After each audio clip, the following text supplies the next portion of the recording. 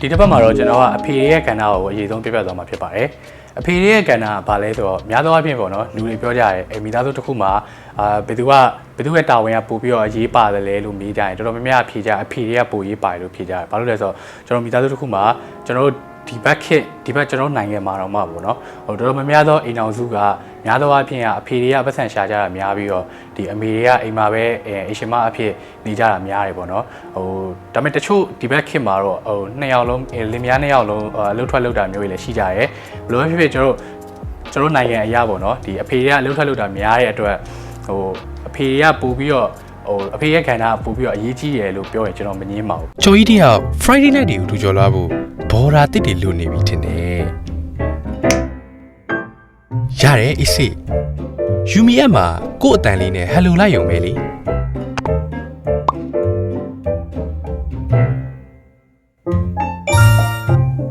ေယူမီနှလုံးသားချင်းချိတ်ဆက်စို့ဘာလို့လဲဆိုတော့အဖေကပတ်စံရှာရတယ်ပတ်စံရှာမှလည်းဒါမိသားစုစားဖို့သုံးဖို့ပေါ့နော်အဆင်ပြေမယ်ပေါ့နော်ပတ်စံရှိမှလည်းအနည်းဆုံးတော့ကျွန်တော်တို့ဝိုင်းစာဖြည့်နိုင်မယ်ပေါ့ဆိုတော့အဖေရဲ့ကဏ္ဍအရေးကြီးပါတယ်အဖေရဲ့နောက်ထပ်ကဏ္ဍတစ်ခုကိုပြောပါဆိုရင်ကျွန်တော်တို့ဘယ်လိုဖြစ်ဖြစ်ပေါ့နော်အပြေပါရှာလာတဲ့စီဝါရှာလာတဲ့ပတ်စံတွေကိုကျွန်တော်ကိုမိသားစုအတွက်မဟုတ်ဘဲနဲ့တခြားအပျော်ပါးတွေပေါ့နော်ဥပမာ KTV တို့ massage တို့အဲ့လိုမျိုးတွေမှာမသုံးဖို့မဖြုံးဖို့ကအရေးကြီးပါတယ်အဲ့လိုမျိုးအမြဲတမ်းပေါ့နော်အမြဲတမ်းသွားနေမယ်လာနေမယ်ဆိုလို့ရှိရင်ဒါအပျော်တွေများလာလို့ရှိရင်အပျော်ကနေအပြက်ဖြစ်လို့ရှိရင်ကျွန်တော်အိမ်အောင်ကွဲတဲ့အထိဖြစ်တတ်ပါတယ်ဆိုတော့ကိုရှာလာတဲ့ကိုယ့်ရဲ့ချွေးနေစာကိုမိသားစုတွေမဟုတ်ဘဲနဲ့အဲ့လိုအပျော်ပါးတွေမှာသုံးနေမယ်ဆိုရင်ကြာလာလို့ရှိရင်လည်းဒါမိသားအိမ်အောင်ရေးပြဿနာတွေဖြစ်လာနိုင်တယ်ပေါ့နော်နောက်တစ်ခုကဘယ်လိုခေါ်လဲအဲ့နောက်ွယ်မှာကျွန်တော်တို့ဘယ်လိုပဲဖြစ်ဖြစ်အိမ်အောင်ရေးဖောက်ပြန်တာဖြစ်လာနိုင်တယ်ယောက်ျားတစ်ယောက်ကကျွန်တော်တော်တော်များလည်းပြောကြတယ်ပေါ့နော်ယောက်ျားတစ်ယောက်ကပတ်စံအများကြီးကင်နိုင်မကောင်းဘူးပေါ့နော်ဆိုတော့ကျွန်တော်ဒီမှာအဓိကပြောချင်တဲ့အကြောင်းအရာကဘာလဲဆိုတော့အဲ့လိုကိုရှားတဲ့ပတ်စံကိုတချို့အိမ်အောင်စုတွေမှာရှိရဲ့ယောက်ျားကပဲပတ်စံရှာရဲပြီးတော့ယောက်ျားကပဲဒီမိသားစုရဲ့ငွေကြေးmanagement လုပ်တယ်ပေါ့နော်ငွေကြေးခန့်ခွဲတယ်ပေါ့နော်ဥပမာဈေးဘိုးဆိုလဲ तू ကပဲထုတ်ပေးတယ်တခုဆိုလဲ तू ကပဲထုတ်ပေးတယ် तू ကပဲပတ်စံကင်နေပေါ့နော်ဆိုတော့အဲ့လိုမျိုးအိမ်အောင်စုတွေရှိတယ်ဆိုတော့ကျွန်တော် research အရာပေါ့နော်ဒီဘက်ခေတ်မှာဒီဘက်ခေတ်ကလူငယ်အိမ်အောင်တွေတော်တော်များများပေါ့လူလက်ပိုင်းအိမ်အောင်တွေတော်တော်များများကကျွန်တော်မိန်းမတွေကယောက်ျားတွေစီကလက်ဖြန့်ပြီးတော့မတောင်းချင်ကြတော့ဘူးပေါ့နော်တခုဆိုလို့ရှိရင်ဒါလေးဝယ်ပေးပါဦးဈေးဘူးလေးပေးပါဦးစသဖြင့်ပေါ့နော်မတောင်းချင်ကြတော့သူတို့ကိုယ်တိုင်ကလည်းအလုပ်ထွက်လုပ်ကြတာများတယ်အခုဆိုပိုဆိုးတာပေါ့နော်online social media တွေအရင်များလာတော့သူတို့online shopping လုပ်တာမျိုးတွေရှိရယ်စသဖြင့်ပေါ့နော်အလုပ်လုပ်ကြတယ်ဘယ်လိုပဲဖြစ် career line ကိုသွားကြတယ်ဒါပေမဲ့ကျွန်တော်ဒီမှာအဓိကထားပြီးတော့ပြောချင်တဲ့ target ကဘာလဲဆိုတော့ကျွန်တော်လူလက်ပိုင်းမဟုတ်ဘဲနဲ့အသက်ကြီးပိုင်းပေါ့နော်ကျွန်တော်2000ခုနှစ်လောက်ကအိမ်အောင်ကြသွားတဲ့အိမ်အောင်တွေပေါ့နော်ဒီဘက်ခေတ်မှာဒီဘက်ရောက်နေပြီပေါ့နော်ဒီဘက်2020ရောက်နေပြီကျွန်တော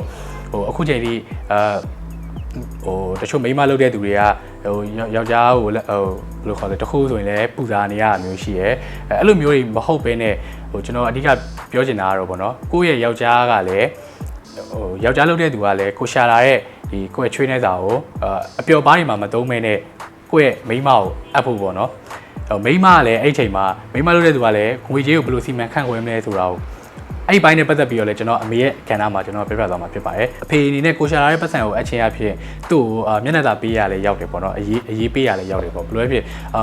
သူ့ကိုစီမံခန့်ခွဲခိုင်းလိုက်တဲ့ပုံစံပေါ့ကျွန်တော်တို့ယောက်ျားတစ်ယောက်ကပတ်စံအများကြီးကင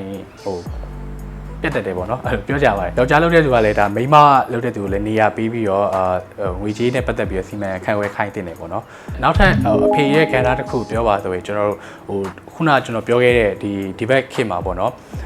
အဖေကလည်းယောက်ျားလုပ်တဲ့သူကလည်းအလုပ်ထွက်လုပ်တယ်မိန်းမလုပ်တဲ့သူကလည်းအလုပ်ထွက်လုပ်တဲ့lifestyle ရှိရမိသားစုတွေရှိရအဲ့လိုမျိုးကြီးကြတော့ဘယ်လိုပဲဖြစ်ပြန်ရောက်ပြီဆိုလို့ရှိရင်နှစ်ယောက်လုံးကအမေလုပ်တဲ့သူကပို့ပြီးတော့ကလေးထိန်းရတယ်ဘာလို့ဆိုအမေကဥမာနိုးတိုက်ရတာပဲဖြစ်ဖြစ်ကလေးထိန်းရတယ်ပြီးရ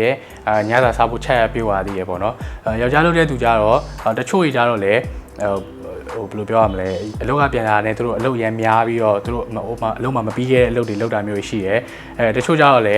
ကိုယ့်အနေကိုဖာတိဖာတာပေါ့နော်တယောက်တည်း relax နေတဲ့လူတွေရှိရဲပေါ့နော်ဘယ်လိုဖြစ်ဒီမှာတော့အဲ့လိုပဲပေါ့နော်ကိုကလည်းကလေးပေါက်စလေးလည်းရှိရဲဒါမှမဟုတ်လည်းကလေးလည်းရှိရဲ ကိုယ့်ရဲ့မိသားစုနဲ့ကိုရှိနေပြီးအလုပ်ကလည်း2ယောက်လုံးလှုပ်တယ်ဆိုရင်အလုပ်ကပြန်လာတဲ့အချိန်မှာတော့အိမ်လုပ်ကို2ယောက်လုံးမျှလို့တင်တယ်ပေါ့နော်ဟိုယောက်ျားအဖေအနေနဲ့ဟိုအမေကိုဝင်ကူတင်တယ်ဝင်ကူတင်တယ်ဆိုတာဟိုအသေးတန်ကြီးဗျာတိတာဟိုအကြီးကြီးတွေလိုက်ပြီးတော့အိမ်လုပ်ကြီးလောက်ခိုင်းတာမျိုးမဟုတ်ဘဲနဲ့ဥမာဟိုကလေးရဲ့နှုတ်ဘူးဆေးပေးတာပဲဖြစ်ဖြစ်နှုတ်ဘူးဖြော်ပေးတာပဲဖြစ်ဖြစ်ထားပါတော့ကိုကစားပြီးသွားရင်ပကံဒီဆေးပေးတာပဲဖြစ်ဖြစ်ဒါမှမဟုတ်သူဆေးနေတယ်ကိုကတင်မလားဟိုပကံဒီတုတ်ပြီးတင်ပေးတာပဲဖြစ်ဖြစ်တခုတော့ဗောနော်အဲ့လိုကူတင်တယ်ဗောနော်ဒါမှမဟုတ်လဲကလေးကိုပို့ပြီးတော့ထိန်းပေးတာပဲဖြစ်မင်းအေးဆေးဆေးကိုကကိုအိမ်လုံးလို့သူထိန်းပေးမယ်ဆိုပြီးတော့ကလေးထိန်းပေးနေရပဲဖြစ်ဒါမျိုးဗောနော်တင်းတင်းမြက်နေမယ်ဆိုရင်ဒါအိမ်အောင်တစ်ခုကအရန်ပျော်တရားကောင်းတယ်ပြောဖို့တာယာတဲ့အိမ်အောင်တစ်ခုဖြစ်မှာချင်းနေပါတယ်အဲ့တော့အဖေအနေနဲ့ကလည်းဒါဟိုစီဝါရှာရဲ့ခန္ဓာတစ်ခုလည်းမဟုတ်ဘဲနဲ့တခြားခန္ဓာတွေလည်းအများကြီးရှိပါသေးတယ်အဲ့တော့ဒီနေ့ပြပြသွားတဲ့အကြောင်းအရာလေးတွေကအဖေရဲ့ခန္ဓာနဲ့ပတ်သက်ပြီးတော့ပြပြသွားတာပဲဖြစ်ပါတယ်အဲ့တော့ annual ပရိသတ်ကြီးတွေထဲမှာလည်းတချို့အိမ်အောင်တဲ့အမျိုးသားတွေပေါ့နော်ကို့မှာတသားမမိရှိရဲဆိုရင်အဖေအနေနဲ့တခြားကျွန်တော်မသိတဲ့ခန္ဓာလေးတွေကိုလည်းဒီဗီဒီယိုရဲ့ comment box မှာလာပြီးတော့ဆွေးနွေးလို့ရပါတယ်။အဲ့တော့နောက်ပတ်မှာတော့ကျွန်တော်ကအမေရဲ့ခန္ဓာကိုပြပြမှာဖြစ်တဲ့အတွက်အိမ်တော်ရှင်အမျိုးသမီးရဲ့အနေနဲ့ကလည်းမလွတ်စတန်စောင့်ကြည့်ဖို့အတွက်ပြောချင်ပါတယ်။အားလုံးပဲနောက်ပတ်မှာပြန်တွေ့ကြမယ်တတား ယူမီနှလုံးသားချင်းချိတ်ဆက်စို့